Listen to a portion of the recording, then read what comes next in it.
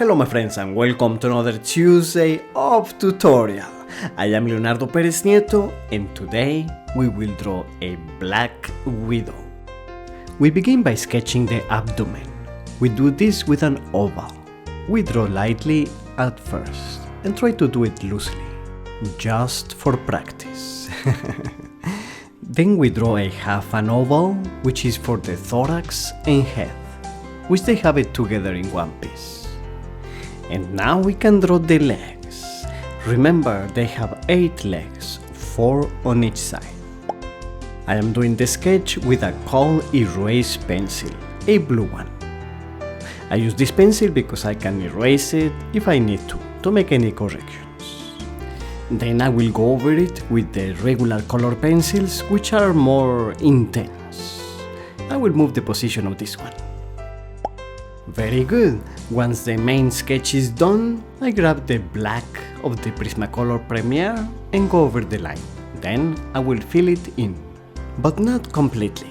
I will leave 3 dots on top because they will be red, and then some space on the side to make some lighter reflections.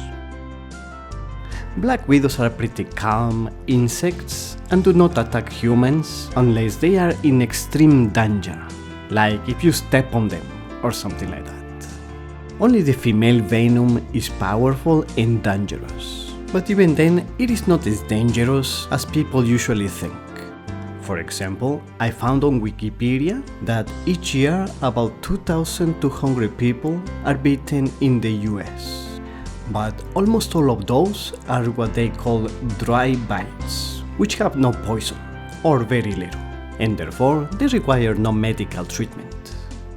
Only about 12 bites a year are considered serious, but no deaths have been reported in 100 years. Anyhow, don't get close to them just in case, they can be pretty painful. Alright, and we add some tone to the lighter areas, to the reflections, and we fill in the red dots nicely. Males can have more than 1 dot, and they have it on the upper side.